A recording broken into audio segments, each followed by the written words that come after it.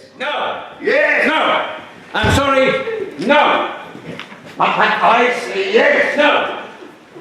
I say yes. Sit down. No. Oh, right must prevail. The name of the survey must be the Struve geodetic art, and only the Struve geodetic art. Punctum. Full stop. Are you scientist? Are you scientist? No. Are you? Or are you just some damn Philistine? Sophist. I know what you are going to say next. Struve, if you are a scientist, you have to listen to how I, another scientist, ergo your colleague, will present a counter-argument. Exactly. And I'm against it. Contra. I oppose the name Struve art. Good. Good. Now here is my argument. And I want no counter-arguments. Is that clear? That's not science. Very well. Whoever has ears, let them hear. I, Friedrich Georg Wilhelm Struve. Vasily Yakovlevich. So what? Only a Russian company. Vasily. Vasily. Not Friedrich. Friedrich was the name of a great German king. And Vasily in Greek is Basileus. Basileus, emperor. Yeah? Both names fit me like a glaive, dear Karl Ivanovich. Who in the history of astronomy is more fitted to be emperor of the stars than I? Two names from east and west, a two-headed eagle. You are your own double star. I happen to know a lot more about double stars than you, colleague. Absolutely right, but incidentally, to pull out of the argument, Struve's arc must be Tenner's arc. I answer right back with another Struve theory assertion. The arc of the Earth meridian integral passes through Tartus Struve in German. Jüri in Russian. So what? Several. The name of the meridian which passes through the observatory is called the Struve arc and must remain so. This claim is fundamentally false. It's the Tenner arc! Get out! Take your story to the Canary Islands or Moon. Oh, really? You're so childish. Listen to me, primo. So. Point one. It was I who measured the meridian, the so-called Struve arc. I worked like a madman with my assistants in Lithuania and in Belarus. Rubbish. You only measure the land. You did routine triangulation work to map our little Russian imperial lands. Rubbish. I'm clever and I won a national scholarship for a land survey project that includes measuring the meridian. Thus, the arc should be called the Tenner arc. The Tenner arc! Absurd! Now, let me set out my arguments scientifically, but very, very simply, so that everyone who wants to can understand. You are patronizing me again. No, colleague. Prima, it was I who initiated the geodetic arc measurement in Livland. Me! Secundo. I went to see His Majesty, the most gracious Alexander, Emperor of Russia in person, personally, face to face, man to man, a 2-hour audience to promote the survey.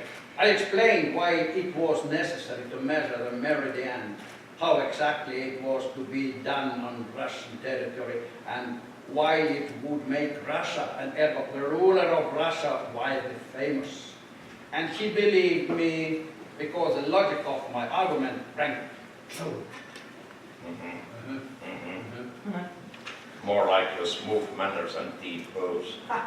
You're using the mixing with counts and princes and such like, not the humbler people. Even for you are only a home tutor. Yeah, and what's wrong with being a home teacher?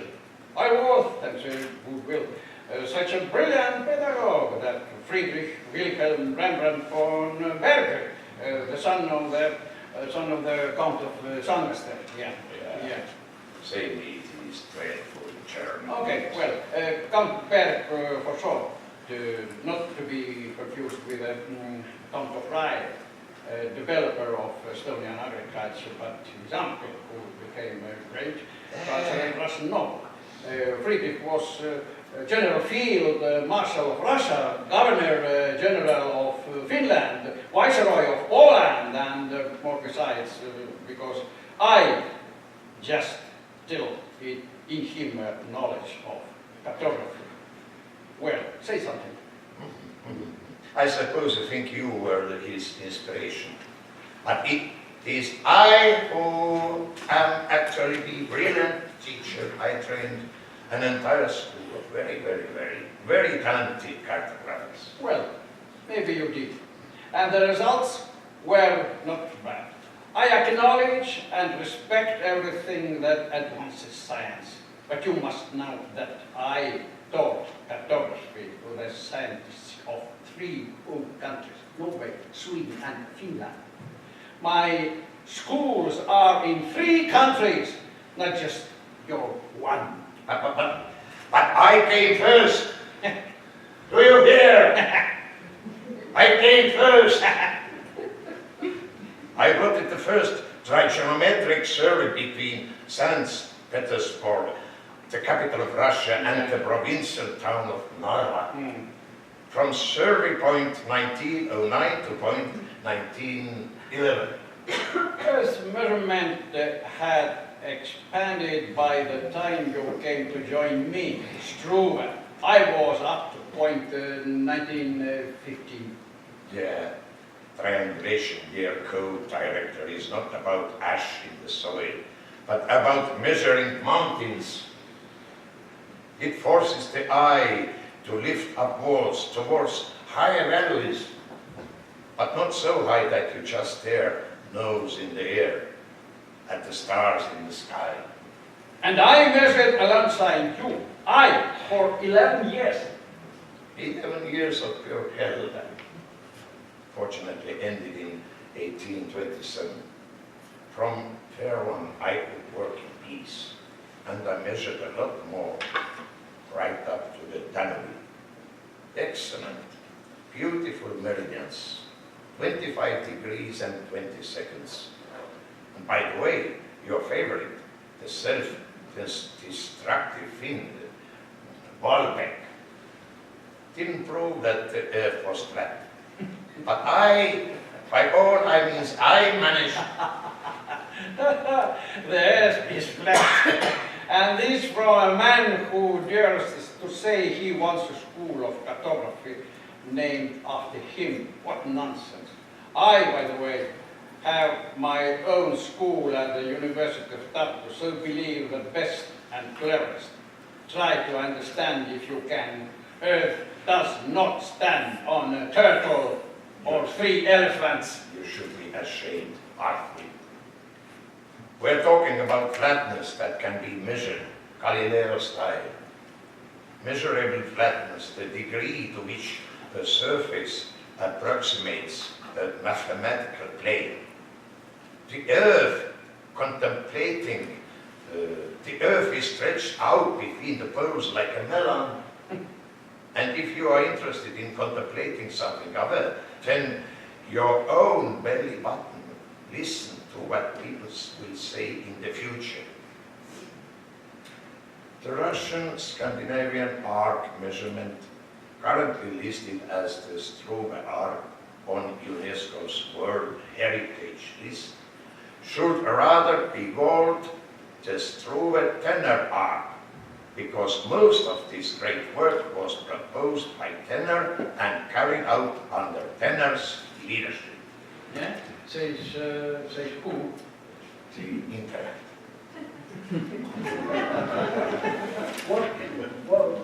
What's that internet? The music of the future. Wow. I'm very musical, by the way. Yeah? I learned. I agree that your work was good foundation for geodetic precision in Russia, but still you came to Tartu in 1828 and contracted to join me in the measurement. But who suggested that contract? You, after you grows that our measurements in Latvia did not exactly match. I thought your instruments were poor, and I repeated the measurements with better instruments, and the result was the same. Well, I blame Latvia. The hills of Latvia have such a strange attraction, so mysterious. Excellent, excellent, good. You believe in mystery. In your case, a big step forward to understanding the world. Keep going. There's no mystery. Maybe it was a psychological error. I'm the world's first experimental psychologist, you know. I don't know. Don't believe it either. So, let me explain. I was young, just graduated from the University of Tartu and had a scholarship awarded by the rector.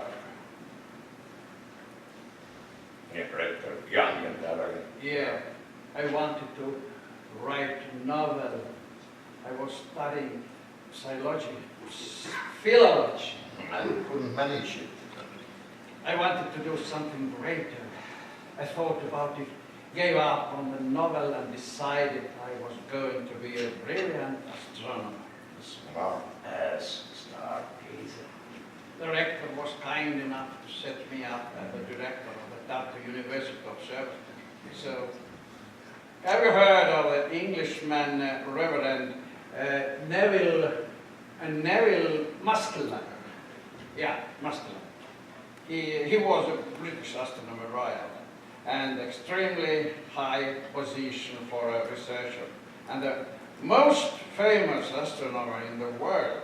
He and his young assistant called Tennerit measured the position of the stars using the Bradley method.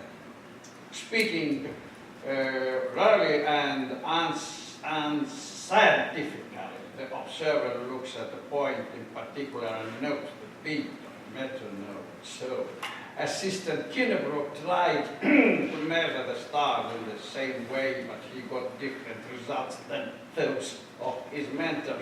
Musculine was furious. He was so angry he broke the metronome. He blamed the poor boy for being sloppy. It was all a matter of 1/8 of a second. You were a little boy. This story takes place 20 years before you and Friedrich Bessel began work. You were just a baby. Do not, please do not. Let me talk. This is my story, how I came to be me. Every person has their own measure. People are different. And so everyone has to have their own personal equation. A personal equation. I have created the theory of personal equations. Everyone sees number and letters in their own individual way, depending on temperament, reactions, and much more. Do you understand or not? People, I created experimental psychology. Well, Then change the subject. I still measure many more of the meridians than you. And I, by the way, needed much more strength and courage to overcome my situation. We Estonians were an underclass. Yes, my father was a servant in a manner, but I, his son, was thirsty for knowledge. So, go on. Lancer wires came to the state. I followed in their footsteps and didn't miss a beat. What wonderful instruments they had. One of them taught me, as I said, how to play the violin. It was a joke to him. But the other one, he taught me how to draw. I made a copy of all the manner engravings I could see. Then a very important gentleman came to the manor. He saw the pictures and then took me away with him. Like a fairy story. It was very real. I lived 5 years with this kind gentleman. He taught me French, Latin, math, and everything else he knew. He liked maps, so I drew them. Then a general who was visiting sent me to the military academy. Finally, I made general. From servant's son, my life has been a great adventure.